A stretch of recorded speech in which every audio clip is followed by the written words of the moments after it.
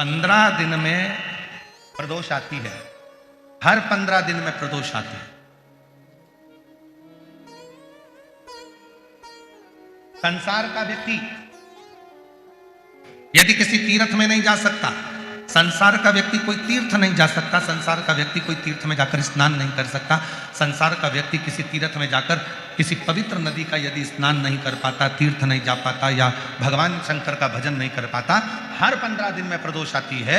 यदि एक प्रदोष को भी वो भूल से भी एक बेलपत्र या जल या चावल का दाना अगर शंकर को प्रदोष काल में समर्पित कर देता है या प्रदोष का व्रत कर लेता है तो उसके 15 दिन तक लगातार उसे तीर्थ का फल प्राप्त होता रहता है, चाहे फिर वो मंदिर जाए ना जाए, देवालय जाए ना जाए, शिवालय जाए ना जाए, तीर्थ जाए ना जाए, ये उसके ऊपर निर्भर करता है। पर एक चावल का दाना भी, एक बेलपत्र भी, एक लोटा जल भी यदि प्रदोष काल में प्रदोष के दिन शिव को समर्पित हो जाता है तो उसका फल जरूर। 4 बजे से 7 बजे तक शिव के भ्रमण का समय बताया है शाम को, तो 7 बजे से लेकर फिर रात्रि 9 बजे तक लक्ष्मी और दरिद्रता फिर भ्रमण पर जाती है। इनका एक समय निश्चित है महाराज, भ्रमण कर कर आ जाना। अब इस बीच में जब लक्ष्मी और दरिद्रता दोनों निकल कर जा रही हैं तो दोनों एक भाव रख कर जाती हैं कि आज हमको कहां प्रवेश करना है,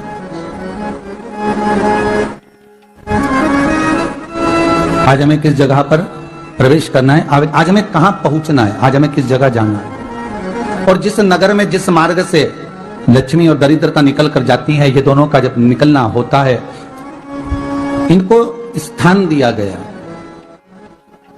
जहां पर स्वच्छता हो, घर के दरवाजे पर रंगोली डली हुई हो, द्वार पर जल छिटा गया हो। महाराज उस द्वार पर लक्ष्मी प्रवेश करती है तो दरिद्रता भी जाने लगती है अंदर। जब दरिद्रता अंदर जाने लगती है तो लक्ष्मी उसको रोक देती है, पहले मैं देखता रहती हूं कि तेरे लिए स्थान है कि नहीं, तू यहां रुक।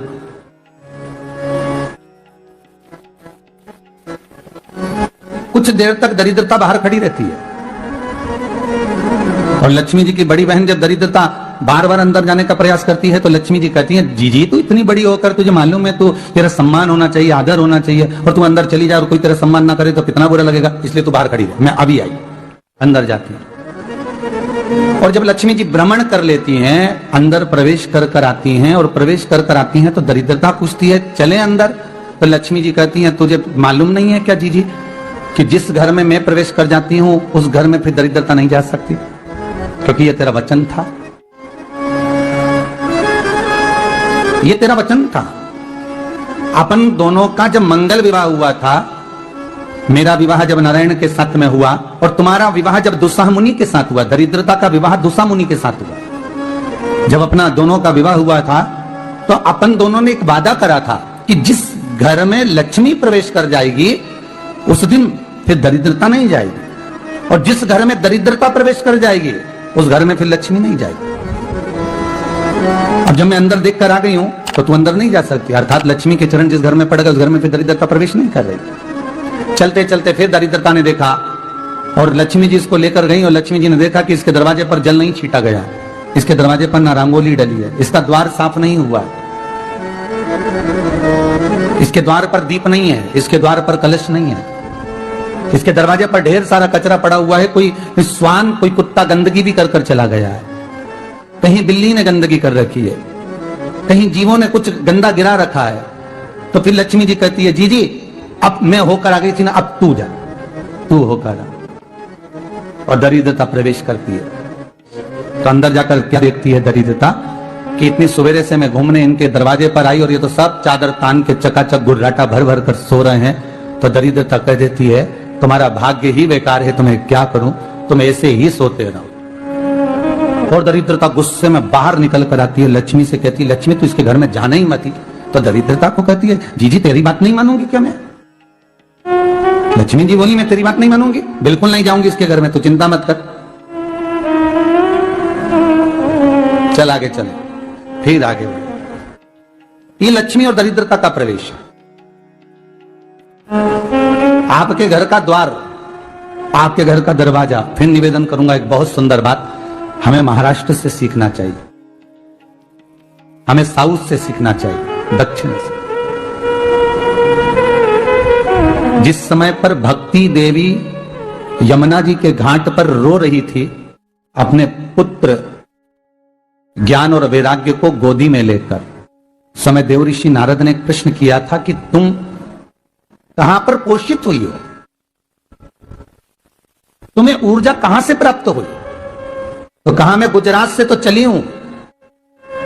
और वहां से चलती चलती भक्ति देवी कहती है, मैं बहुत दुखी होकर, बूढ़ी होकर, द्रवित होकर, बड़ी दुख में वहां से चलते चलते जब मैं महाराष्ट्र में पहुंची तो मैंने वहां जाकर देखा कि वहां पर लोग हर पल हर घड़ी ब्रह्म मुहूर्त में उठकर स्मरण करते हैं, नाम जाप करते हैं और दरवाजे पर जल छीट कर रंगोली डालते हैं। तो कह रही है कि वहां पर मैं थोड़ी अवस्थावान होने लगी, वहां मुझे अच्छा लगने लगा। फिर जब मैं और आगे पढ़ी, दक्षिण में जब पहुंची, वहां पर जाकर मैंने देखा कि सुबह से उठकर मंगलाचरण, मंगला स्तोत्र और वेदों की ध्वनि होने लगी। वहां पर मैं और आनंदित हो गई। हमें कुछ चीजें महाराष्ट्र से सीखना चाहिए कि वहां रहने वाले जो भगत हैं, वारकरी संप्रदाय के जो भक्त होते हैं, वैष्णव जो धर्म के भक्त होते हैं, उनका नियम है सवेरे के समय घर में पानी है कि नहीं है, पर जब भी वो घर का दरवाजे के बाहर थोड़ा ना थोड़ा पानी तो छीट ही देते हैं। और छीटने के बाद फिर वहां पर, अपने यहाँ तो दिवाली पर रंगोली बनती है जी, और वहां पर रोज की रंगोली बन जाती है कि कभी हो सकता है परमात्मा राह भूल कर हमारे घर में प्रवेश कर जाए, इसलिए वहां प्रतिदिन की रंगोली, प्रतिदिन।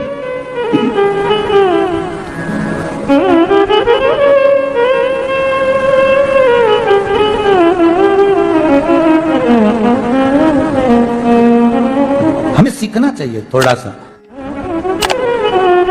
आज के जमाने में तो बहू अपने कमरे की झाड़ू लगा ले, वो भी बहुत बड़ी बात है। हो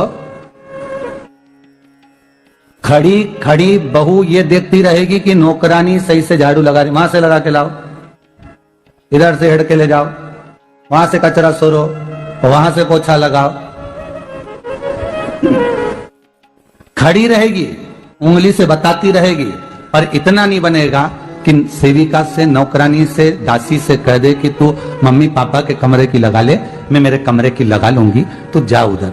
थोड़ा दया का भाव अगर होता तो उसके मन में भी आता कि मेरी बड़ी सेठानी तो अपनी जगह पर है, पर छोटी तो सेठानी की भी बड़ी सेठानी है जो मुझ पर करुणा करती रहती है। पर बड़ी तो कहे कि बेटा रहने दे, तू उधर ले जा, जब भाभी के कमरे में देख ले जा।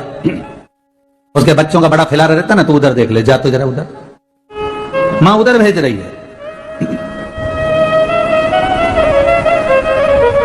थोड़ा सेवा का भाव हमारे भीतर हो। और एक निवेदन तो हमेशा करा है और अब आज भी करता हूं, पूरे घर की सफाई करवाओ, पूरे घर में तुम पोछा झाड़ू जो चाहे करवाओ, मना नहीं है। पर एक निवेदन है, रसोई घर के अंदर बहू और बेटी ही जाकर भोजन बनाए तो अन्नपूर्णा सदा कृपा करती है महाराज। बहू और बेटी। फिर एक कहीं ऐसी जगह मिल जाती है जहां ठोका और वो खींच चली, कपड़े टंग, बार बार प्रयास करा, हिम्मत नहीं आ रही। आपने कहा कि कपड़े तो टांगना है, कील तो ठोकना पड़े। जैसे कील को बार बार ठोका गया, कपड़ा टांगने के लिए एक जगह नहीं लगी, दूसरी जगह नहीं लगी, तीसरी जगह नहीं लगी, चौथी जगह पर प्रयास करते रहे। उसी तरह भगवान शंकर की, लोग कहते हैं कथा एक बार सुन ली, 2 बार सुन ली, 3 बार सुन ली, हम कहते हैं बार बार इस मन रूपी कील को परमात्मा के चरणों में ले जाकर ठोकते रहो। इस मन को भगवान के चरणों में ले जाकर छोड़ते रहो। कथा में इस मन को बार बार ले जाकर ठोकते रहो, एक ना एक दिन ये परमात्मा तक पहुंच ही जाएगी, ये निश्चित।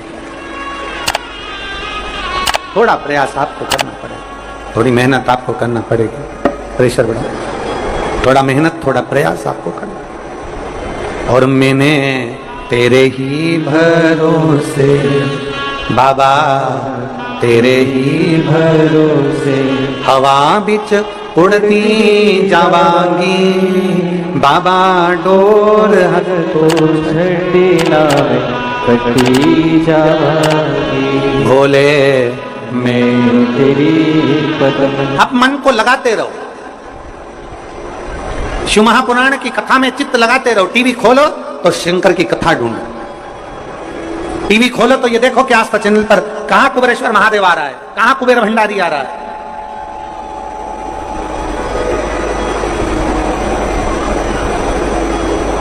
मन को इधर उधर ना मोड़ो। जैसे एक व्यक्ति ने अपनी गाड़ी से 25 लोगों को उड़ा दिया। अब एक व्यक्ति ने 25 लोगों को उड़ा दिया तो उसको ले जाके पुलिस वालों ने जज के सामने खड़ा कर। जज ने पूछा, तुम्हारे ऊपर इल्जाम लगा है तुमने 25 लोगों को उड़ाया। जी हुजूर। सफाई में कुछ कहना चाहते हो, सफाई देना चाहते हो? उसने कहा, हुजूर मैं गाड़ी चला रहा था, मेरा ब्रेक फेल हो गया, तो एक तरफ 2 लोग जा रहे थे, एक तरफ पूरी बारात जा रही थी।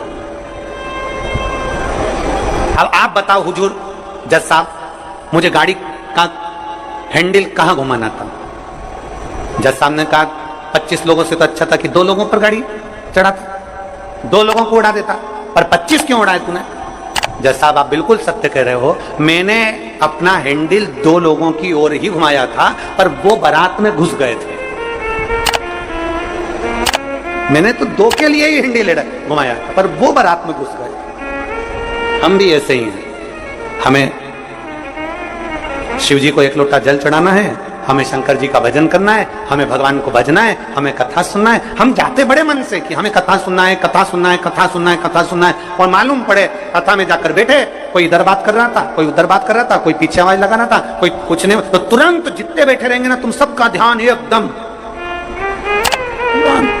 उसी जगह पर मन जाएगा कि कौन ने क्या बोला, कौन ने क्या करा। अरे भाई तुम आए कहां पर हो? भगवान शिव की कथा को सुनने के लिए। तुम आए कहां पर हो? शंकर को अपने दिल में बिठाने के लिए। तुम आए कहां पर हो? शिव तत्व को जानने के लिए। और अपने चित्त को हम भटका रहे हैं, अपने चित्त को इधर उधर लेकर जा रहे हैं, वो श्रेष्ठता नहीं।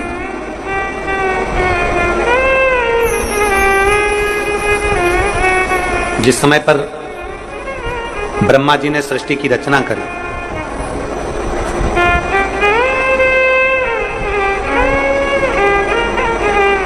सर्वप्रथम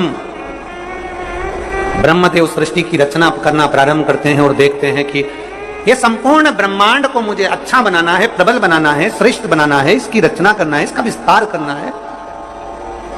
उन्होंने सनकादि ऋषियों को प्रकट किया। सनत कुमारों को जब प्रकट किया, सनत कुमारों को प्रकट करते से सनत कुमार तो भगवान शंकर की, भगवान नारायण की भक्ति में ऐसे डूब गए कि उन्होंने सृष्टि का क्रम आगे बढ़ाया ही नहीं। उन्होंने सृष्टि को आगे बढ़ाया ही नहीं। अब ब्रह्मा जी के मन में बड़ा दुख हुआ, ब्रह्मदेव के हृदय में बड़ा दुख हुआ ब्रह्मा जी को। ब्रह्मा जी भगवान नारायण के पास में गए और नारायण के पास में जाकर उन्होंने हाथ जोड़कर निवेदन करा। ब्रह्मा जी बोले हैं, नारायण मैंने सृष्टि का खंड आगे बढ़ाने के लिए सनकादि ऋषियों को प्रकट किया, मैंने सृष्टि को आगे बढ़ाने के लिए सनकादि ऋषियों को मार्गदर्शन किया, पर ये सनकादि ऋषि तो भगवान की भक्ति में डूब गए, आपके भजन में डूब गए, ये तो कोई सृष्टि को आगे बढ़ाते नहीं है। करूं तो करूं क्या, सृष्टि कैसे बढ़ाई जाए, अब ये मुझे आप बताओ।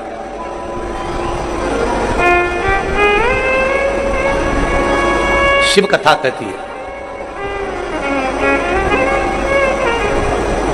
जब आपको लगने लगे कि मैंने बहुत प्रयास कर लिया और अब मेरा यह कार्य नहीं हो रहा, तब उस जगह पर शिव महापुराण की कथा कहती है कि एक बार शंकर पर विश्वास कर देखो, शंकर पर भरोसा कर देखो। एक पत्र है,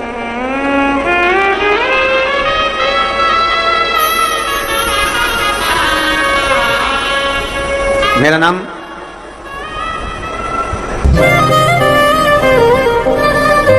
जागृत साहू है, ग्राम सुराई, जिला दुर्ग से।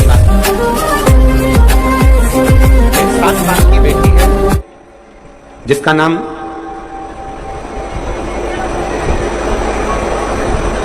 नीला है।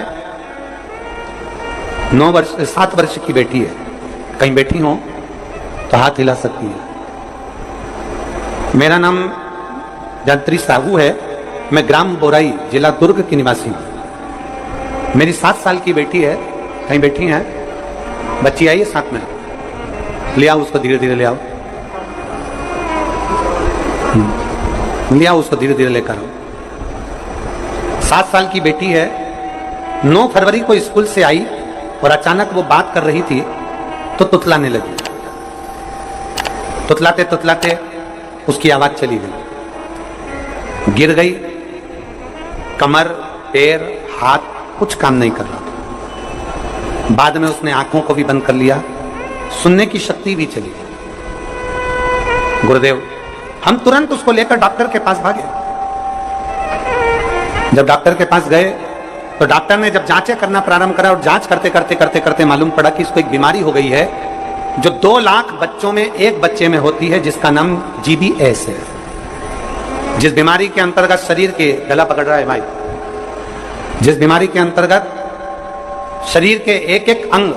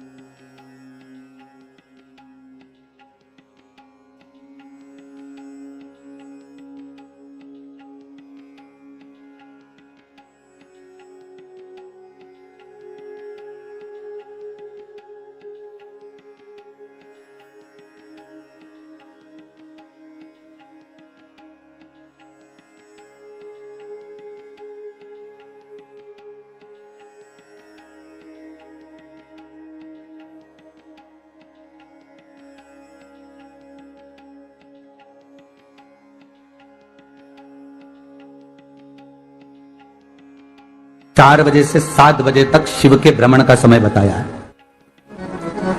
शाम को। तो 7 बजे से लेकर फिर रात्रि 9 बजे तक लक्ष्मी और दरिद्रता फिर भ्रमण पर जाती है। इनका एक समय निश्चित है महाराज, भ्रमण कर कर आ जाना। अब इस बीच में जब लक्ष्मी और दरिद्रता दोनों निकल कर जा रही हैं तो दोनों एक भाव रख कर जाती हैं कि आज हमको कहां प्रवेश करना है।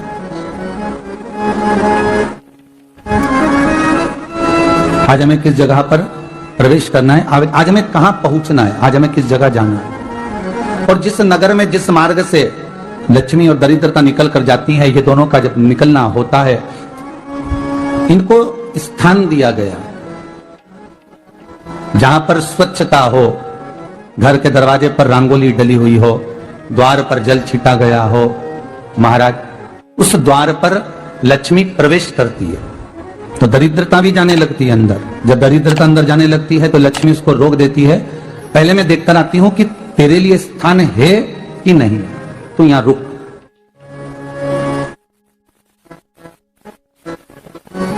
कुछ देर तक दरिद्रता बाहर खड़ी रहती है और लक्ष्मी जी की बड़ी बहन जब दरिद्रता बार बार अंदर जाने का प्रयास करती है तो लक्ष्मी जी कहती है, जीजी तू इतनी बड़ी होकर तुझे मालूम है तू, तेरा सम्मान होना चाहिए, आदर होना चाहिए, और तू अंदर चली जाए और कोई तेरा सम्मान ना करे तो कितना बुरा लगेगा, इसलिए तू बाहर खड़ी है। मैं अभी आई, अंदर जाती है। और जब लक्ष्मी जी भ्रमण कर लेती हैं, अंदर प्रवेश कर कर आती हैं और प्रवेश कर कर आती हैं तो दरिद्रता पूछती है चले अंदर। तो लक्ष्मी जी कहती है, तुझे मालूम नहीं है क्या जीजी कि जिस घर में मैं प्रवेश कर जाती हूं उस घर में फिर दरिद्रता नहीं जा सकती, क्योंकि ये तेरा वचन था, ये तेरा वचन था। अपन दोनों का जब मंगल विवाह हुआ था, मेरा विवाह जब नारायण के साथ में हुआ और तुम्हारा विवाह जब दुस्साह मुनि के साथ हुआ, दरिद्रता का विवाह दुस्साह मुनि के साथ हुआ। जब अपना दोनों का विवाह हुआ था तो अपन दोनों ने एक वादा करा था कि जिस घर में लक्ष्मी प्रवेश कर जाएगी उस दिन फिर दरिद्रता नहीं जाएगी, और जिस घर में दरिद्रता प्रवेश कर जाएगी उस घर में फिर लक्ष्मी नहीं जाएगी। अब जब मैं अंदर देख कर आ गई हूं तो तू अंदर नहीं जा सकती। अर्थात लक्ष्मी के चरण जिस घर में पड़ गए उस घर में फिर दरिद्रता प्रवेश नहीं कर रही। चलते चलते फिर दरिद्रता ने देखा और लक्ष्मी जी इसको लेकर गई और लक्ष्मी जी ने देखा कि इसके दरवाजे पर जल नहीं छीटा गया, इसके दरवाजे पर ना रंगोली डली है, इसका द्वार साफ नहीं हुआ, इसके द्वार पर दीप नहीं है, इसके द्वार पर कलश नहीं है, इसके दरवाजे पर ढेर सारा कचरा पड़ा हुआ है, कोई स्वान कोई कुत्ता गंदगी भी कर चला गया है, कहीं बिल्ली ने गंदगी कर रखी है, कहीं जीवों ने कुछ गंदा गिरा रखा है। तो फिर लक्ष्मी जी कहती है जी जी अब मैं होकर आ गई थी ना, अब तू जा, तू होकर आ। और दरिद्रता प्रवेश करती है। तो अंदर जाकर क्या देखती है दरिद्रता कि इतनी सवेरे से मैं घूमने इनके दरवाजे पर आई और ये तो सब चादर तान के चकाचक गुर्राटा भर भर कर सो रहे हैं। तो दरिद्रता कह देती है तुम्हारा भाग्य ही बेकार है, तुम्हें क्या करूं, तुम ऐसे ही सोते रहो। और दरिद्रता गुस्से में बाहर निकल कर आती है, लक्ष्मी से कहती है लक्ष्मी तू इसके घर में जाना ही मत ही। तो दरिद्रता को कहती है जी तेरी बात नहीं मानूंगी क्या मैं? लक्ष्मी जी बोली मैं तेरी बात नहीं मानूंगी, बिल्कुल नहीं जाऊंगी इसके घर में, तू चिंता मत कर। चल आगे चल, फिर आगे बढ़। ये लक्ष्मी और दरिद्रता का प्रवेश। आपके घर का द्वार, आपके घर का दरवाजा। फिर निवेदन करूंगा एक बहुत सुंदर बात, हमें महाराष्ट्र से सीखना चाहिए, हमें साउथ से सीखना चाहिए, दक्षिण से। जिस समय पर भक्ति देवी यमुना जी के घाट पर रो रही थी अपने पुत्र ज्ञान और वैराग्य को गोदी में लेकर, समय देवऋषि नारद ने प्रश्न किया था कि तुम कहां पर पोषित हुई हो, तुम्हें ऊर्जा कहां से प्राप्त हुई? तो कहा मैं गुजरात से तो चली हूं। और वहां से चलती चलती भक्ति देवी कहती है मैं बहुत दुखी होकर, बूढ़ी होकर, द्रवित होकर, बड़ी दुख में वहां से चलते चलते जब मैं महाराष्ट्र में पहुंची तो मैंने वहां जाकर देखा कि वहां पर लोग हर पल हर घड़ी ब्रह्म मुहूर्त में उठकर स्मरण करते हैं, नाम जाप करते हैं और दरवाजे पर जल छीट कर रंगोली डालते हैं। तो कह रही है कि वहां पर मैं थोड़ी अवस्थावान होने लगी, वहां मुझे अच्छा लगने लगा। फिर जब मैं और आगे पढ़ी, दक्षिण में जब पहुंची, वहां पर जाकर मैंने देखा कि सुबह से उठकर मंगलाचरण, मंगला स्तोत्र और वेदों की ध्वनि होने लगी। वहां पर मैं और आनंदित हो गई। हमें कुछ चीजें महाराष्ट्र से सीखना चाहिए कि वहां रहने वाले जो भगत हैं, वारकरी संप्रदाय के जो भक्त होते हैं, वैष्णव जो धर्म के भक्त होते हैं, उनका नियम है सवेरे के समय घर में पानी है कि नहीं है, पर जब भी वो घर का दरवाजे के बाहर थोड़ा ना थोड़ा पानी तो छीट ही देते हैं। और छीटने के बाद फिर वहां पर अपने यहाँ तो दिवाली पर रंगोली बनती है जी, और वहां पर रोज की रंगोली बन जाती है कि कभी हो सकता है परमात्मा राह भूल कर हमारे घर में प्रवेश कर जाए, इसलिए वहां प्रतिदिन की रंगोली, प्रतिदिन।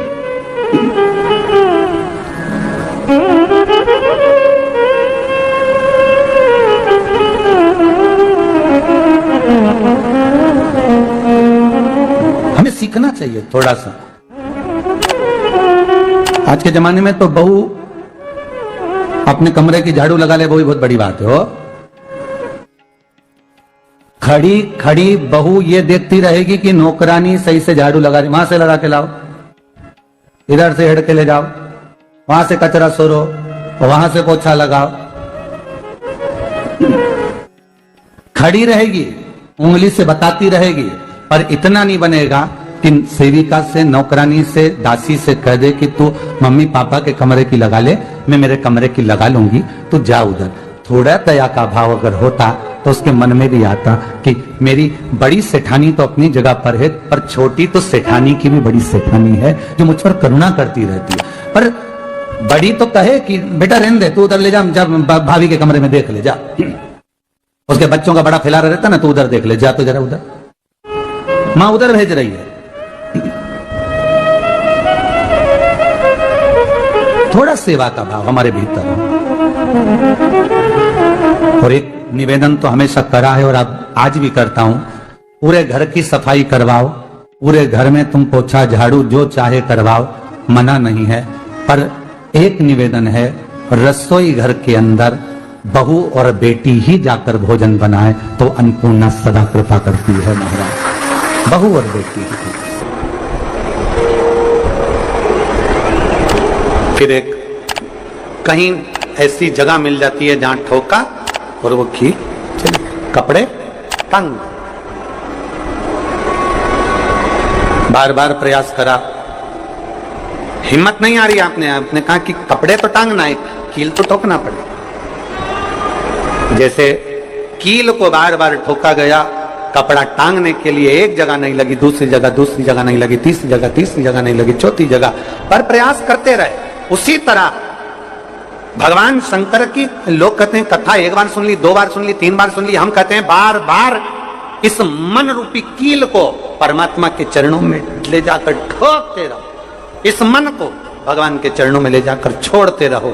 कथा में इस मन को बार बार ले जाकर ठोकते रहो, एक ना एक दिन ये परमात्मा तक पहुंच ही जाएगी, ये निश्चित।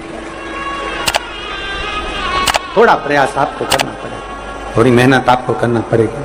प्रेशर बढ़ा, थोड़ा मेहनत, थोड़ा प्रयास आपको करना। और मैंने तेरे ही भरोसे बाबा, तेरे ही भरोसे हवा बिच उड़ती जावांगी बाबा, डोर हक तो छठी नाम कटी जावांगी, भोले मैं तेरी कदम। आप मन को लगाते रहो,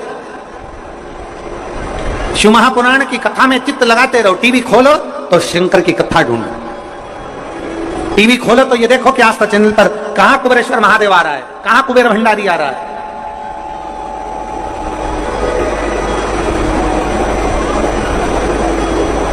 मन को इधर उधर ना मोड़ो। जैसे एक व्यक्ति ने अपनी गाड़ी से 25 लोगों को उड़ा दिया। अब एक व्यक्ति ने 25 लोगों को उड़ा दिया तो उसको ले जाके पुलिस वालों ने जज के सामने खड़ा कर। जज ने पूछा, तुम्हारे ऊपर इल्जाम लगा है तुमने 25 लोगों को उड़ाया। जी हुजूर। सफाई में कुछ कहना चाहते हो, सफाई देना चाहते हो?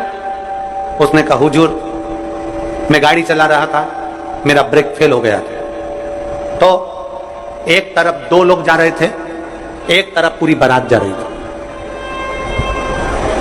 अब आप बताओ हुजूर, जज साहब मुझे गाड़ी का हैंडल कहां घुमाना था?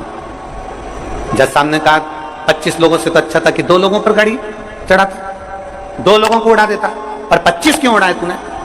जज साहब आप बिल्कुल सत्य कह रहे हो, मैंने अपना हैंडल 2 लोगों की ओर ही घुमाया था, पर वो बारात में घुस गए थे। मैंने तो 2 के लिए ही हैंडल घुमाया था, पर वो बारात में घुस गए। हम भी ऐसे ही हैं, हमें शिव जी को 1 लोटा जल चढ़ाना है, हमें शंकर जी का भजन करना है, हमें भगवान को भजना है, हमें कथा सुनना है। हम जाते बड़े मन से कि हमें कथा सुनना है, कथा सुनना है, कथा सुनना है, कथा सुनना है, और मालूम पड़े कथा में जाकर बैठे, कोई इधर बात कर रहा था, कोई उधर बात कर रहा था, कोई पीछे आवाज लगा रहा था, कोई कुछ नहीं, तो तुरंत जितने बैठे रहेंगे ना, तुम सबका ध्यान एकदम उसी जगह पर मन जाएगा कि कौन ने क्या बोला, कौन ने क्या करा। अरे भाई तुम आए कहां पर हो? भगवान शिव की कथा को सुनने के लिए। तुम आए कहां पर हो? शंकर को अपने दिल में बिठाने के लिए। तुम आए कहां पर हो? शिव तत्व को जानने के लिए। और अपने चित्त को हम भटका रहे हैं, अपने चित्त को इधर उधर लेकर जा रहे हैं, वो श्रेष्ठता नहीं।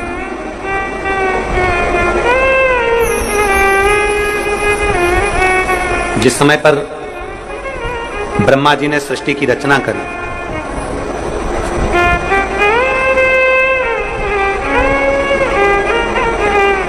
सर्वप्रथम ब्रह्मदेव सृष्टि की रचना करना प्रारंभ करते हैं और देखते हैं कि यह संपूर्ण ब्रह्मांड को मुझे अच्छा बनाना है, प्रबल बनाना है, श्रेष्ठ बनाना है, इसकी रचना करना है, इसका विस्तार करना है।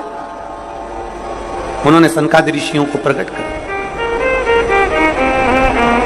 सनत कुमारों को जब प्रकट किया, सनत कुमारों को प्रकट करते से ही सनत कुमार तो भगवान शंकर की, भगवान नारायण की भक्ति में ऐसे डूब गए कि उन्होंने सृष्टि का क्रम आगे बढ़ाया ही नहीं। उन्होंने सृष्टि को आगे बढ़ाया ही नहीं। अब ब्रह्मा जी के मन में बड़ा दुख हुआ, ब्रह्मदेव के हृदय में बड़ा दुख हुआ ब्रह्मा जी के।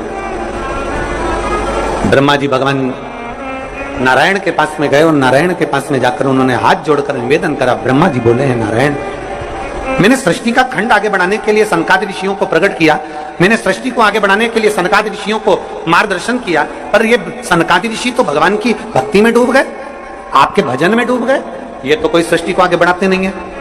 करूं तो करूं क्या, सृष्टि कैसे बढ़ाई जाए, अब ये मुझे आप बताओ।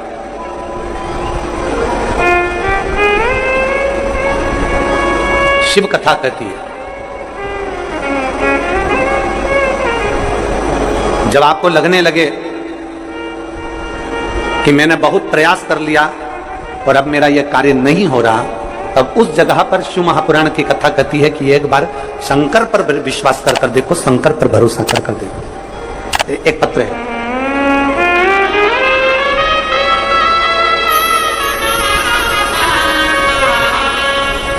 मेरा नाम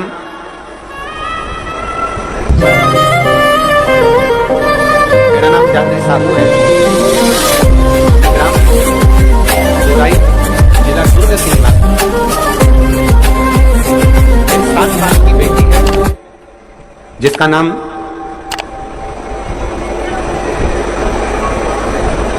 नीला है। 7 वर्ष की बेटी है। कहीं बैठी हो तो हाथ हिला सकती है। मेरा नाम जागृति साहू है, मैं ग्राम बोराई, जिला दुर्ग की निवासी हूं। मेरी 7 साल की बेटी है, कहीं बैठी है, बच्ची आई है साथ में, ले आओ उसको, धीरे धीरे ले आओ, ले आओ उसको, धीरे धीरे लेकर आओ। 7 साल की बेटी है, 9 फरवरी को स्कूल से आई और अचानक वो बात कर रही थी तो तुतलाने लगी। तुतलाते तुतलाते उसकी आवाज चली गई, गिर गई, कमर, पैर, हाथ कुछ काम नहीं कर रहा। बाद में उसने आंखों को भी बंद कर लिया, सुनने की शक्ति भी चली गई। गुरुदेव, हम तुरंत उसको लेकर डॉक्टर के पास भागे। जब डॉक्टर के पास गए तो डॉक्टर ने जब जांचें करना प्रारंभ करा और जांच करते करते करते करते मालूम पड़ा कि इसको एक बीमारी हो गई है जो 2 लाख बच्चों में एक बच्चे में होती है, जिसका नाम GBS है। जिस बीमारी के अंतर्गत शरीर के, गला पकड़ रहा है भाई, जिस बीमारी के अंतर्गत शरीर के एक एक अंग बंद होते चले जाते हैं, उसकी नसें चोक होती चली जाती हैं। GBS बीमारी के अंतर्गत नसें चोक होती चली जाती है, बोलना, देखना, सुनना, शरीर का काम करना सब बंद हो जाता है। डॉक्टर ने कहा यह बीमारी बड़ी खतरनाक है, यह बीमारी ऐसे ठीक नहीं हो सकती, इसको नागपुर ले जाओ। हम अपनी बच्ची को नागपुर लेकर गए। नागपुर में उसका इलाज चालू हुआ। इलाज करवाते करवाते करवाते करवाते 10 दिन हो गए, 15 दिन हो गए, पर बच्ची को होश नहीं आया, वेंटिलेटर पर पड़ी रही, ना बोल पाती, ना चल पाती, ना देख पाती, ना सुन पाती। तब किसी ने कहा कि सीहोर वाला महाराज कथा कहता है, उस कथा को एक बार इस बच्ची के कानों में सुनाना प्रारंभ करो। डॉक्टर को अनुमति नहीं दे रहे थे, पर हमने डॉक्टरों से बोलकर बच्ची के कानों में हेडफोन लगा के कथा कहना प्रारंभ किया। शिव मंदिर जाकर बेलपत्र लाते, उसके पलंग पर रख देते, थोड़ा सा जल लाकर उसके होठों पर लगा देते। 21 दिन निकल गए पर बेटी होश में नहीं आई। 21 दिन तक होश में नहीं आई। धीरे धीरे धीरे धीरे धीरे धीरे डॉक्टर ने कह दिया इसका शरीर ठीक नहीं है, ये GBS बीमारी एक ऐसी बीमारी है जो कभी ठीक नहीं होती है, आप इसको घर ले जा सकते हो, ये ऐसी कैसी ही रहेगी, ना चलेगी, ना बोलेगी, ना देखेगी, ये ऐसी रहेगी। हमने कहा डॉक्टर साहब थोड़ा सा तो इलाज करो। कहा इसका इलाज पूरे भारत में क्या विदेश में भी नहीं है। तब हमने वो बेटी 21 दिन तक ये किया, फिर सीहोर से रुद्राक्ष मंगवाया, उसका जल दिया, फिर पशुपति व्रत किया। ऐसे करते करते 45 दिन निकल गए और 45वें दिन जब हम बेटी को जल देना प्रारंभ करें, तब डॉक्टर ने कहा अब इसके शरीर में हलचल हुई है और ये इसको वेंटिलेटर से उतारकर ICU में रखा गया। 45 दिन निकल गए। 45 दिन से फिर धीरे धीरे धीरे धीरे करते करते इलाज तो चलता रहा, पर डॉक्टर बोल रहे थे इसका कोई हल नहीं है, इस बेटी को घर ले जाओ, इसका शरीर काम नहीं कर रहा था, पलंग पर पड़ा हुआ था। फिर हमने भी हिम्मत करी और उसको 2-3 महीना वहां रखा। जब कोई निर्णय नहीं निकला तब हम उसको घर लेकर आ गए। घर पर शिव जी का चढ़ा जल देते, शरीर पर जल लगा देते, बेलपत्री खिला देते, पीस पीस कर उसके मुंह में लगा देते। आज बाबा को धन्यवाद देती हूँ, इतनी बड़ी बीमारी से मेरी बेटी चलना भी प्रारंभ हुई, देखना भी प्रारंभ हुई, सुनना भी प्रारंभ हुई और आज मेरी बेटी का शरीर काम करना प्रारंभ कर दिया। मैं बाबा को यहाँ धन्यवाद देने के लिए आया। एक शिव तत्व गला पकड़ रहा है, खींच के बोलना पड़ रहा है।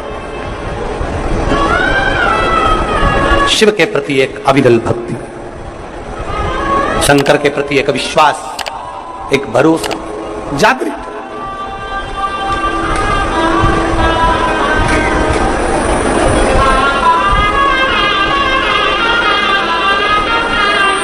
एक लाइन इन्होंने बहुत अच्छी लिखी है, बाबा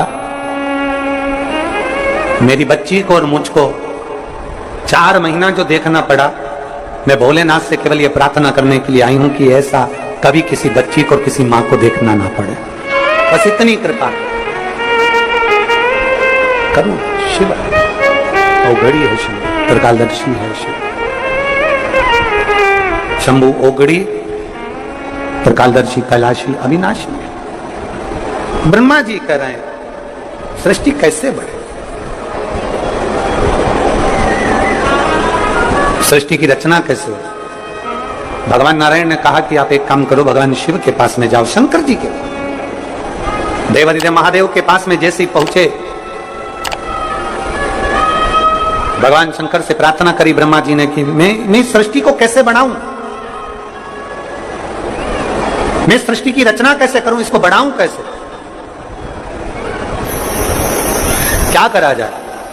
भगवान शंकर ने कहा श्री शिवाय नमस्तु। महाराज दुनिया के लोग नहीं समझते कि शंकर पर जल चढ़ाने का क्या लाभ है। शिव महापुराण कहती है, अगर एक दिन शिव महापुराण की कथा कहती है मंगलवार को अगर शिव जी के मंदिर में, शंकर के मंदिर में जाकर 1 लोटा पानी चढ़ाया जाता है तो हमारे कार्य में उन्नति होती है। कोई व्यापार नहीं चलता हो, दिक्कत आ रही हो, तो हनुमान जी के दूसरे नंबर का भाई गतिमान का स्मरण करो, हनुमान जी के उल्टे पांव का सिंदूर लाकर गतिमान का नाम लेकर स्वस्तिक बना दिया जाए व्यापार वाली जगह पर, तो व्यापार अच्छा चलने लगता है। महाराज कोई व्यक्ति पैसा खा गया, नहीं दे रहा, बहुत परेशान हो गए, मांग मांग कर दे गए, नहीं दे रहा, हाथ जोड़ लिया, पांव जोड़ लिया, सब कुछ कर लिया, नहीं दे रहा, तो हनुमान जी के तीसरे नंबर का भाई रतिमान, रतिमान, रतिमान, रतिमान, रतिमान का नाम लीजिए। पीपल के पत्ते पर लाल सिंदूर से जो व्यक्ति पैसा लेकर गया उसका नाम लेकर बहते हुए पानी में अपनी कामना करकर रतिमान का नाम लेकर छोड़ दीजिए। 15 दिन में रतिमान ऐसी उतावली मानक मचाता है कि उसको हाथ जोड़कर वो खुद फोन लगाकर बोलता भैया तेरा मैं पैसा लौटा दूंगा। रतिमान का स्मरण किया जाता है। रतिमान ध्यान दीजिएगा, हनुमान का एक स्मरण, पंचमुखी हनुमान का एक भाव। महाराज जैसे बहुत ज्यादा तकलीफ अगर व्यक्ति को हो गई है, बहुत कष्टमय जीवन चल रहा है, हार गए हर जगह से और तकलीफमय जीवन चल रहा है, तो पंचमुखी हनुमान का एक शिव महापुराण का और स्कंद पुराण का एक बड़ा सुंदर मंत्र है। उस मंत्र को आप सब एक बार हमारे साथ में बोलें। ओम नमो हनुमते रुद्र अवताराय सर्व शत्रु संहारणाय सर्व रोग हराय सर्व वशीकरणाय रामदूताय स्वाहा। बस इस मंत्र को हाथ में काली तिल लेकर, एक जौ लेकर और गूगल लेकर, थोड़ा सा इसमें गाय का घी डालकर, कंडे को या अग्नि को जलाकर इस मंत्र का 11 बार 21 बार जाप कर कर अपनी कामना कर कर छोड़ दीजिए।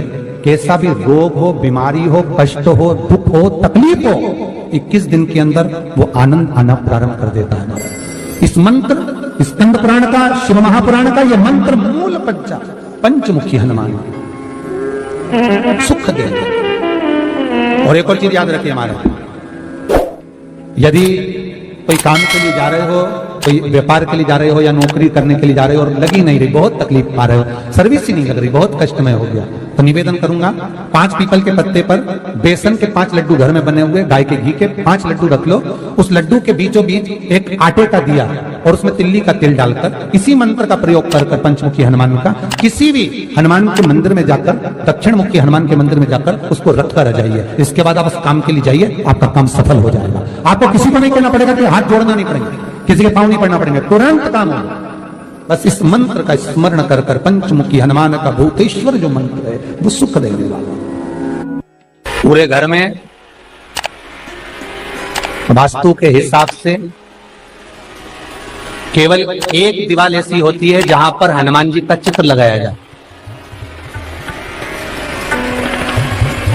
चाहे तुम पर्वत उठाने वाला चित्र लगाओ हनुमान जी का, चाहे बैठे हुए लगाओ, चाहे रामायण पढ़ने वाला लगाओ, चाहे लंका दहन करने वाला लगाओ, चाहे राम नाम जपने वाला लगाओ, चाहे लक्ष्मण को संजीवनी देने वाला लगाओ, चाहे मौन मुद्रा में लगा दो, चाहे स्तुति में लगा दो, चाहे भजन में लगा दो, हनुमान जी का कोई भी चित्र लगता है तो ना पूरब में लगेगा, ना पश्चिम में लगेगा, ना दक्षिण में लगेगा। हनुमान जी का अगर चित्र लगता है तो उत्तर की दीवार में दक्षिण को देखते हुए लगता है, केवल एक ही स्थान।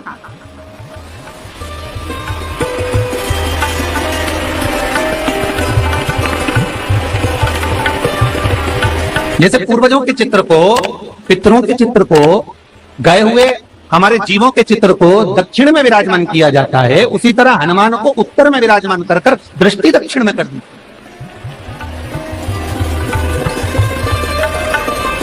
घर में हनुमान जी के जितने फोटो होते हैं उसको केवल दक्षिण दिशा में लगा, उत्तर दिशा में लगा बिठाते थे, और दक्षिण की ओर उनकी दृष्टि होना चाहिए, दक्षिण की ओर उनका मुख होना चाहिए। क्यों महाराज? अगर व्यक्ति के जीवन में कोई बीमारी आने वाली है, व्यक्ति के जीवन में कोई रोग आने वाला है, व्यक्ति के जीवन में अगर कोई कष्ट आने वाला है, व्यक्ति के जीवन में अगर कोई परेशानी आने वाली है, व्यक्ति के जीवन में कोई एक्सीडेंट का योग भी बनने वाला है, तो शास्त्र कहता है वो दिशा दक्षिण से ही बनता है।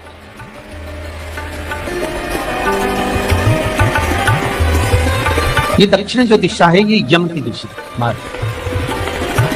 यहां संपूर्ण परिवार के साथ यमराज अपने आनंद में निवास करते। और जब हमारे घर में, हम ये नहीं करें कि आप हनुमान जी का फोटो लगाओ, हम ये भी नहीं करें, आपके घर में हो और आपने अगर विराजमान कर रखा है किसी दिशा में, तो हमारा तो निवेदन रहेगा, अभी तक आपने अगर जैसा रखा, पर एक बार दिशा बदल कर देखना कि रोग, बीमारी, कष्ट, दुख, तकलीफ में आपको लाभ मिला कि ना। हनुमान जी ने केवल दक्षिण दिशा की ओर अगर मुख कर हमने विराजमान कर दिया, फोटो ही विराजमान किया। हम ये नहीं कहेंगे आपसे कि आप बाजार से फोटो खरीद के लाओ फिर लगाओ, नहीं, आपके घर में हो तो आप लगा दें, आपके घर में हो तो विराजमान।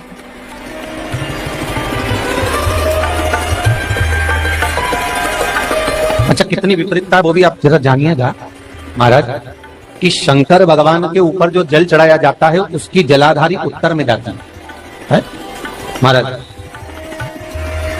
भगवान शिव का जो जल जा रहा है वो उत्तर की ओर जाए, और हनुमान जी को उत्तर में विराजमान कर मुख दक्षिण की ओर कर। क्यों? प्रबल दिशाओं में उत्तर और दक्षिण महाराज, ये जो दो दिशाएं, इनको साधने के लिए कोई देवता आगे नहीं है। अगर इन दिशाओं को कोई साधने वाला है तो केवल एक देवाधिदेव महादेव ही हो सकता, काल का हरण करने वाला वो महान काल ही हो सकता। शंकर का ही एक अवतार है हनुमान जी महाराज, रुद्र अवतार महाराज। हनुमान जी से कहा तुम दक्षिण की ओर दिशा पर संभालिए, शिव जी कहते हैं मेरा जल जब उत्तर की ओर जाएगा तो इस दिशा को मैं संभाल, चिंता ना करिए। जो स्मरण करने वाला होता है, भजन करने वाला होता है, कीर्तन करने वाला होता है, नाम जाप करने वाला होता है, उसका भी शास्त्र विधान करता है, उसका भी व्याख्यान वर्णन करता है कि जैसे एक दिशा के रूप में हनुमान जी महाराज को विराजमान कर कर दक्षिण की दिशा पर हम विजय पर, अर्थात रोग पर, बीमारी पर, कष्ट पर, तकलीफ पर हम विजय प्राप्त कर सकते। ऐसा नहीं कि ऐसा कोई रोग नहीं जिसकी दवा नहीं है, पर जब तक भगवान की कृपा नहीं होगी तब तक कोई औषधि मिल सकती नहीं, कुछ प्राप्त नहीं हो सकता। जब भगवान करुणा करते हैं तो आप रूप कुछ ना कुछ सुख की अनुभूति हो जाती है, अपने आप सुख का भान हो जाता है। तो जैसे दक्षिण का जो स्वामी तत्व है, दक्षिण पर जो दृष्टि देने वाले श्री हनुमान जी महाराज है, इसलिए हनुमान जी को उत्तर की दीवार पर विराजमान कर कर उनका मुख दक्षिण की ओर रखा जाता है। वास्तु शास्त्र के हिसाब से, वास्तु नियमों के हिसाब से सारे फोटो कहीं पर भी लगा सकते हो, पर हनुमान जी का अगर फोटो तुम्हारे घर में है, हनुमान जी अगर तुम्हारे घर में विराजमान है, हनुमान जी का चित्र तुम्हारे घर में विराजमान है, तो उसका मुख दक्षिण का होगा, तो रोग, बीमारी, तकलीफ, कष्ट ये सब दूर हटते हैं। कई लोग प्रश्न करते हैं, गुरु जी आप कहते हो कि हनुमान जी महाराज शंकर भगवान का एक अंश स्वरूप है, एक अंश स्वरूप। पूरी शिव महापुराण की कथा को उठाकर देखिए, स्कंद पुराण को, मत्स्य पुराण को, कूर्म पुराण को उठाकर देखिए। एक बाणासुर का चरित्र और एक श्री हनुमान जी महाराज का चरित्र बहुत सुंदर। शिव का एक अंश माता अंजना के तप साधना से शिव की प्रागट्यता और शंकर भगवान की प्रागट्यता से शंकर का स्वरूप प्रकट हो। इसीलिए तो कहते हैं शंकर सुमन केसरी दिला नहीं रहा है, दिला नहीं। शिव का एक स्वरूप है हनुमान जी। हम तो हमेशा कहते हैं अगर आप हनुमान जी का भी दर्शन कर रहे हैं तो ये अंदाजा लगा कर रखें कि आप शंकर का दर्शन कर रहे हैं। आप शंकर का दर्शन कर रहे हैं तो ये अंदाजा लगा कर रखें कि आप हनुमान जी का दर्शन कर रहे हैं। सब एक, कोई भेद नहीं, सब एक, कोई भेद नहीं। देवताओं, आप एक बेलपत्र, जैसे आप एक बेलपत्र कि ये दो जो पत्तियां होती हैं, जरा ध्यान देंगे, ये दो जो पत्ती नीचे की रहती है बेलपत्र, आगे का भाग एक बेलपत्र और नीचे की जो ये दो पत्तियां होती हैं, इन दो पत्तियों के ऊपर एक एक शमी पत्र। ये दो जो पत्तियां हैं, इन पत्तियों के ऊपर एक एक शमी पत्र और लाल चंदन ये रखकर कितना भी रोगीला व्यक्ति हो, रोग से ग्रसित व्यक्ति हो, जिंदगी में कितना ही दुख पड़ रहा हो, बेलपत्र की ये दोनों पत्ती जिसके ऊपर शमी पत्र रखकर, लाल चंदन रखकर श्री हनुमान जी महाराज और हनुमान जी महाराज के तीसरे नंबर के भाई श्री गतिमान जी। हनुमान जी कितने भाई हैं? 6। उसमें हनुमान, रतिमान, प्रतिमान, मतिमान, गतिमान, तो जो नीचे के क्रम में आते हैं श्री गतिमान जी, उन गतिमान जी और हनुमान जी का नाम लेकर जो शिवलिंग के ऊपर समर्पित कर देता है, रोग का निवारण होता ही है, रोग मुक्ति होती है। मंगल का प्रदोष निकाल कर रख लो कि मंगल का प्रदोष इस दिन पड़ रहा है, मंगल की त्रयोदशी तिथि पड़ रही है, प्रदोष व्रत मंगलवार का पड़ रहा है।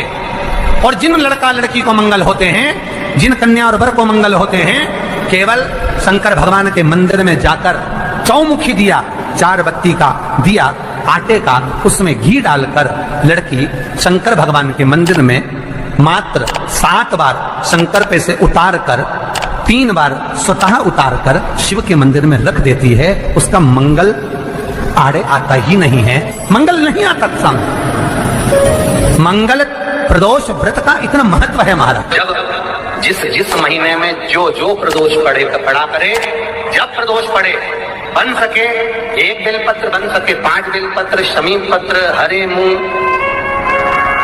हरा मूंग, बेलपत्र, एक कलश के अंदर थोड़ा सा पानी लेकर 1 बेलपत्र, हरा मूंग, शमी पत्र डालकर और उसमें थोड़ा सा गुड़ डालकर भगवान शिव का स्मरण कर कर प्रदोष काल में, मान लो कोई काम आपका बहुत जरूरी है, बहुत दिनों से आप थक गए हैं, नहीं हो रहा, कर्जा बढ़ रहा है, धन नहीं आ रहा, व्यापार नहीं चढ़ रहा, या कोई समस्या बहुत प्रबल है, कोई एग्जाम में बैठ रहे हो नहीं हो रहा, परीक्षा भी दे दी है, रिजल्ट आने ही वाला है, तो भी प्रदोष काल में, प्रदोष के समय वो जल, मूंग, शमी पत्र और बेलपत्र और गुड़ का शंकर के शिवलिंग को समर्पित करना प्रारंभ कर दो।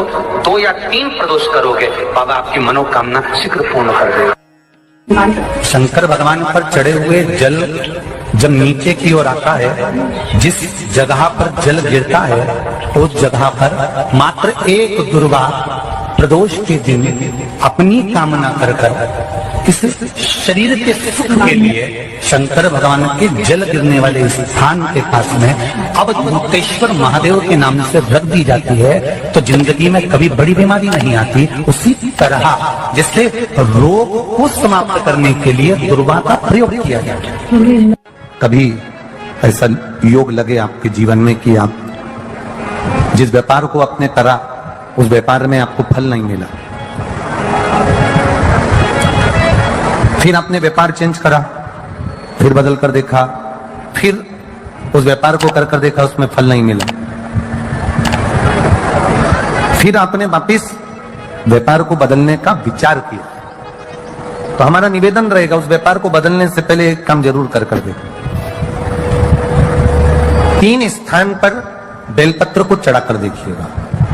अगर आपको लगे कि मैंने व्यापार बदल लिया, एक बार बदला, कई लोग ऐसे भी होते हैं जो पैसा इकट्ठा करते हैं, धन एकत्रित करते हैं, और कोई व्यापार ऐसा कर लेते हैं जिस व्यापार में धन चले जाता है तो वो धन वापिस नहीं आता महाराज, वो व्यापार का धन वापिस नहीं आता, तो बड़े दुखी होता है कि भाई मेरा गया हुआ पैसा नहीं आ रहा, मैं बड़ा कष्ट में हूं, मेरा खुद का ही आ जाए ना तो मैं निहाल हो जाऊं, मेरा अपना ही नहीं आ रहा जो गया हुआ है, तो मैं क्या वर्णन करूं उसका।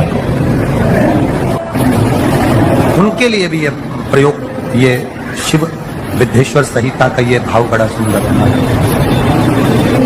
आप व्यापार पर व्यापार बदल कर देख लिए, धन भी हमारा कहीं डूब गया, आ नहीं रहा है, तो प्रयास करना 3 स्थान पर चढ़ाई गई बेलपत्र हमें सुख का अनुभव कराएगी। बहुत ध्यान लगाइए। पहला, अशोक सुंदरी की जगह। अब ये बेलपत्र जब भी आप चढ़ाएंगे तो रविवार की अगर प्रदोष पड़ जाए, कौन से दिन? रविवार की प्रदोष के दिन ये प्रयोग अवश्य कर देखिएगा। ज्यादा बार नहीं करना है, केवल एक ही बार करना, बाबा स्वयं कृपा करेगा। अपने मंदिर में, अर्थात अपने घर के पास कोई मंदिर हो, शिवालय हो, देवालय हो, जहां शंकर भगवान विराजमान हो, शिवलिंग हो, ऐसी जगह पर अवश्य करें। हमें कहीं दूर जाकर ये प्रयोग नहीं करना है, अपने शिवालय, अपने जो घर के आसपास में शिवालय हो वो। एक बेलपत्र अशोक सुंदरी वाली जगह। अब उसको अशोक सुंदरी की जगह पर भी चढ़ाने का तरीका क्या है? जब हम बेलपत्र चढ़ाएंगे तो उस बेलपत्र को चढ़ाते समय आपकी जो बेलपत्र की डंडी है, वो बेलपत्र, रविवार प्रदोष के दिन का ये उपाय है महाराज। ये बेलपत्र की जो डंडी है, इस डंडी का भाग शिवलिंग की ओर होना चाहिए। ये जो डंडी है, इसका भाग अशोक सुंदरी पर जब चढ़ाएंगे तो शिवलिंग की ओर इसका भाग होगा महाराज। दूसरी, बेलपत्र को जब हम समर्पित करेंगे, जया, विषहरा, शामरीवारी, दौतली, देव, मान लो जलाधारी ऊपर नहीं है शंकर जी के, तो उसका स्मरण कर कर 5 कन्याओं का नाम लेकर, जया, विषहरा, शामलीवारी, दौतली, देव, इनका स्मरण कर कर शंकर भगवान के शिवलिंग पर बेलपत्र रखेंगे। बेलपत्र कहां रखना है? आप अगर यहां बैठे हो तो आपके विपरीत में डंडी का मुख होना चाहिए। ये बेलपत्र की जो डंडी है, दिन होना चाहिए मंगलवार। कौन सा दिन होना चाहिए? जम के बोलो जरा, मंगलवार। विवाह शादी में देरी हो रही हो, या कोई नया कार्य चालू कर रहे हो उसमें देरी हो रही हो, या कोई सर्विस के लिए, नौकरी के लिए जा रहे हो और वो कार्य नहीं हो रहा हो, तो एक धतूरा, केवल एक धतूरा, उस धतूरे को फोड़कर उसके अंदर का फल निकालकर उस फल को शिवलिंग पर चढ़ाकर 1 लोटा जल शंकर भगवान को समर्पित कर कर। दिन होना चाहिए मंगलवार। कौन सा दिन होना चाहिए? जम के बोलो जरा, मंगलवार का समर्पित करो। उसके बाद में आप विवाह के लिए अगर समर्पित करे हैं तो विवाह में देरी नहीं होगी। व्यवसाय और व्यापार के लिए या नौकरी के लिए समर्पित करे हैं तो उसमें देरी नहीं। तुम जिस दिए में भगवान की आरती उतारते हो, जिस दिए से तुम भगवान की पूजन करते हो, उस दिए की बत्ती को नीचे डाल दीजिए और उस दिए को पानी की बाल्टी में धो दीजिए। कौन सी बाल्टी में? जिस बाल्टी के पानी से आप बच्चे को स्नान करा सको। केवल भगवान पर से ले जाकर, पास में से ले जाकर उस बाल्टी में थोड़ी देर डाल दो और उस बाल्टी के पानी से उस बच्चे को स्नान करा दीजिए। 15 से 20 मिनट, आधा घंटा लगेगा, बच्चे का बुखार पूरा उतर जाएगा। इतना विधान है दीप का। जब आप पशुपति व्रत कर रहे हो, या कोई नियम धारण कर रहे हो, या कोई आपने नियम उठा रखा है और वो कार्य आपका हो ही नहीं रहा, आपने 2 बार पशुपति व्रत कर लिए, आपने ये कर लिया, आपने प्रदोष कर लिया, आपने सोमवार कर लिया, आपने सारे अनुष्ठान कर लिए, बहुत सारे उपाय भी करे, तो भी नहीं हो रहा है, तो इस बीच वाली पत्ती पर शहद लगाकर बाबा का जो शिवलिंग है, उस शिवलिंग को इसको छुआ दीजिए या उससे चिपका दीजिए और उस पर अपनी हथेली रखकर कामना कर कर वापिस घर को आ जाइए। बाबा आपकी वो मुराद शीघ्र 3 महीने के अंदर पूरा कर ही देता है। ये तो 3 नियम अपनी जिंदगी में धारण कर लें। अगर ठेला लगा रहे हैं रोड पर, अगर आपके पास में कोई व्यापार नहीं, कोई दुकान नहीं, कोई सर्विस नहीं, कोई नौकरी नहीं, 3 नियम जिंदगी में। पहला, एक बार जिंदगी में पशुपति व्रत अवश्य करो। दूसरा, प्रत्येक प्रदोष एक शंकर जी के मंदिर में दिया और एक अपने घर के दरवाजे पर दिया अवश्य लगाओ, प्रत्येक प्रदोष। और तीसरा नियम बना लो, शिवरात्रि महीने की आती है, हर महीने की शिवरात्रि में शंकर जी के मंदिर पर दिया, बेलपत्री के वृक्ष के नीचे दिया, आंवले के वृक्ष के नीचे दिया और अपने घर के दरवाजे पर दिया। ये 4 स्थान पर दिया। प्रत्येक महीने की शिवरात्रि पर लगाना प्रारंभ करो। 4-5 शिवरात्रि निकलेगी, बाबा इशारा कर देगा और तेरी नहीं आ पाए। शिवलिंग है, जलाधारी है, पार्वती जी की मूर्त है, गणेश जी की भी मूर्ति है, कार्तिकेय जी की भी मूर्ति है, नंदी की भी मूर्ति है। तो किसी ने कहा कि गुरुजी, हम जब शंकर जी को जल चढ़ाते हैं तो पार्वती जी को, गणेश जी को, कार्तिकेय जी को, नंदी को, सबको जल चढ़ाना चाहिए। शिव महापुराण की कथा कहती है, केवल शिवलिंग पर आपने जो जल समर्पित करा है वो जल पार्वती जी को भी मिल गया, गणेश जी को भी मिल गया, कार्तिकेय जी को भी मिल गया। उसके सिवाय तुम्हें यह नहीं कि यहां भी जल चढ़ाओ वहां भी जल चढ़ाओ ना, केवल शंकर जी पे तुमने जल चढ़ा दिया, शिवपिंडी पर जल चढ़ा दिया, वो जल तुम्हें शंकर भगवान का चढ़ा हुआ जल सबको प्राप्त हो गया। अब उसमें तुम्हें यह नहीं सोचना कि मैंने पार्वती जी को तो स्नान कराया ही नहीं, मैंने गणेश जी को तो स्नान कराया ही नहीं, मैंने कार्तिकेय को तो स्नान कराया ही नहीं, ना ना ना। आज पंजाब की इस पवित्र भूमि पर अगर यह प्रसंग निकला है तो इसको आप अगर सुनेंगे तो आपका जीवन सार्थक होगा। शिव जी को 5 तरह से जल चढ़ाने का तरीका है। जैसे पंचामृत होता है, दूध, दही, शहद, घी, शक्कर, ये सब पंचामृत के अंतर्गत आते हैं, उसी तरह शंकर जी को 5 तरह से जल चढ़ाने का क्रम वर्णित किया गया। अब उसको समझेंगे, बहुत सावधानी से समझिएगा। पहला, जल लेकर आए, सीधे डायरेक्ट शंकर भगवान के शिवलिंग पर चढ़ा दिया, यह प्रथम जल का चढ़ाने का तरीका। दूसरा, जहां से पानी बहकर जाता है, जहां से जल बहकर जा रहा है, उसके ठीक विपरीत जल उत्तर में जा रहा है, आप दक्षिण में खड़े होंगे और दक्षिण में खड़े होकर उत्तर की ओर मुख करेंगे और शिव जी को जल समर्पित करेंगे। यह रोग मुक्ति करने वाला है और हमारे रोग पर हमें विजय प्रदान करने वाला है। यह जल चढ़ाने का तरीका। एक, सीधे मंदिर में गए, लोटा भरकर जल उठाया, शिव जी को चढ़ा दिया। दूसरा जल, जहां से पानी बहता है, शिव जी का चढ़ा हुआ जल जहां से बहकर जाता है, उसके ठीक विपरीत में शिव जी का जल इधर जा रहा है तो तुम यहां खड़े हो, तुम यहां बैठो, यहां मत बैठना, यहां मत बैठना, इधर बैठो। अगर रोग का निवारण है तो यहां बैठकर। तीसरा, अशोक सुंदरी से जल चढ़ाते चढ़ाते शिवलिंग तक लेकर जाना और शंकर भगवान के शिवलिंग पर पूर्ण जल समर्पित करना। यह तीसरा तरीका। यह कार्य की सिद्धता के लिए। हम जब किसी से आस ना लगाकर परमात्मा से विनती करते हैं तो वो विनती करने का तरीका। तीसरा। चौथा, शिव जी पे चढ़ा हुआ जल 5 जगह पर समर्पित करना। गणेश जी, कार्तिकेय, अशोक सुंदरी, शिवलिंग और जलाधारी। ये चौथा क्रम है। और 5वां जल समर्पित करना। 5वें नंबर का जल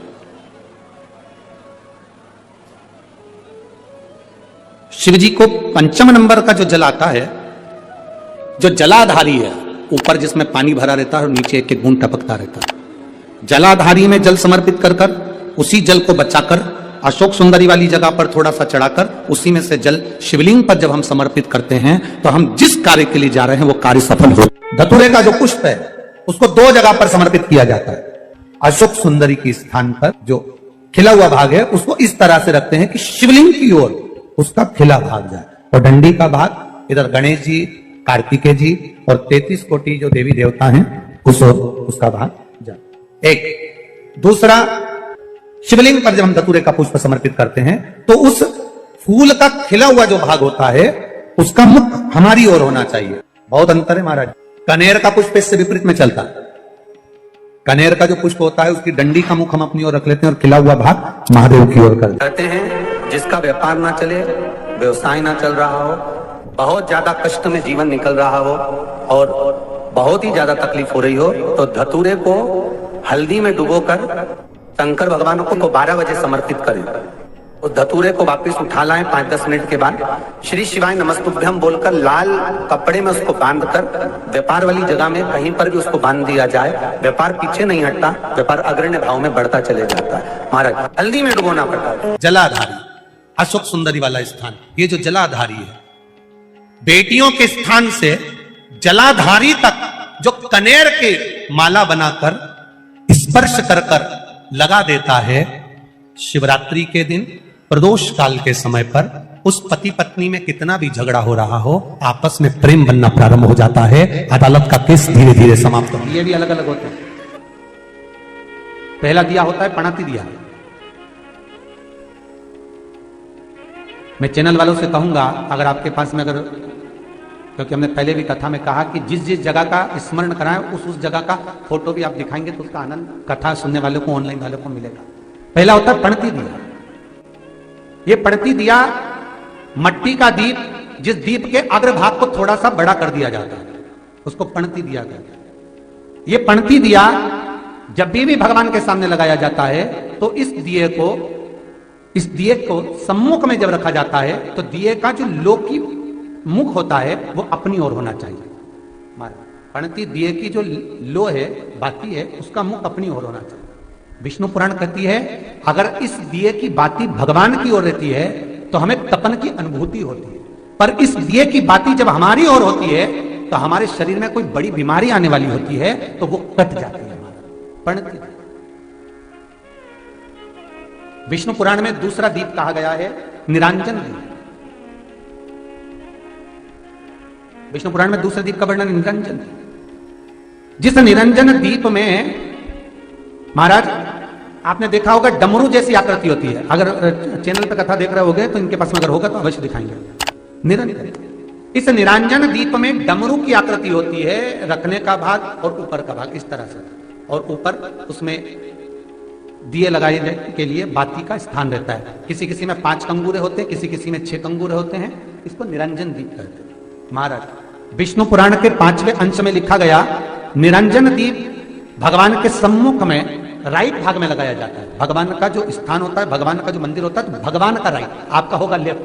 ठीक है, आप भगवान के सामने बैठोगे तो भगवान का राइट, आपका लेफ्ट। तो आप जब लगाएंगे तो आप लेफ्ट में लगाएंगे, आपका लेफ्ट होगा और भगवान का वो भाग राइट कहलाएगा। तो भगवान के सीधे हाथ की ओर लगता है। माना निरंजन, निरंजन दीप कभी भी तेल का नहीं लगता। माना निरंजन दीप कभी भी तेल का नहीं लगेगा। हाँ, यह हो सकता है कि बटी निरंजन जो दीप होता है उसमें तेल डाल सकते हैं। बटी निरंजन दीप जो होता है उसमें कंगूरे नहीं होते। बटी निरंजन दीप केवल गोल होगा, ऊपर से डमरू जैसी आकृति होगी, डमरू जैसा होगा, ऊपर से उसमें कहीं कंगूरे नहीं होते। महाराज अगर आप चैनल पर देख रहे होंगे तो बटी निरंजन दीप का भी वर्णन आपको दिखाया जा रहा होगा। बटी निरंजन जो दीप होता है वो केवल डमरू की आकृति में होता है, उसमें कोई कंगूरे नहीं होते। पर निरंजन जो दीप होता है उसमें कंगूरे होते हैं। तो जो निरंजन दीप होता है उसमें कभी तेल नहीं डाला जाता। निरंजन दीप को हमेशा घृत से ही लगाया जाता है। पर बटी निरंजन जो दीप होता है उसमें आप तेल डाल सकते हैं। बटी निरंजन दीप जो लगाएंगे वो तेल का लगा सकते हैं, पर निरंजन में कभी तेल नहीं डाला जाता। क्यों नहीं डालते? विष्णु पुराण कहती है निरंजन दीप के अंदर अगर तेल की बाती लगाकर लगाया जाता है तो 1 रुपया कमाते हैं, 1.25 रुपये खर्च होगा। घर में 10 लोग भी कमा कर लाएंगे तो पैसा नहीं दिखेगा, घर में रुपया टिकता नहीं है। अर्थात निरंजन दीप में आप तेल की बाती लगा रहे हो, ये सिद्ध हो चुका है। और महाराज बटी निरंजन जो दीप होता है उसके अंदर आप तेल डालकर जला सकते हो। बटी निरंजन जो दीप होता है ये आप किसी भी स्थान पर लगाओगे, सबसे पहले पितृ इससे भाग ग्रहण करते हैं, देवता को देते हैं, देवता उससे भाग ग्रहण कर कुबेर को प्रदान करते हैं, कुबेर उससे भाग लेकर शिव को प्रदान करता है। भगवान शंकर बटु भैरव को कहकर घर का उद्धार करते हैं, इसीलिए उसको कहते हैं बटी निरंजन। इसमें कंगूरे नहीं होते। महाराज बटी एक कुबेर निरंजन भी होता है, दिए में स्टैंड होता है, पकड़ने की जगह होती है, आगे उसमें चोंच लगी रहती है, उसको कुबेर निरंजन दीप कहते हैं। कुबेर निरंजन दीप महाराज जब भी जलाया जाता है, इस तरह का दिया अगर किसी के घर में हो कुबेर निरंजन, जिसमें स्टैंड होता है, ऊपर होता है, थोड़ा लंबा होता है, आगे लंबाई निकली रहती है। कुबेर निरंजन टीवी पर आप दर्शन कर रहे होंगे तो कुबेर निरंजन जो दीप होता है उसमें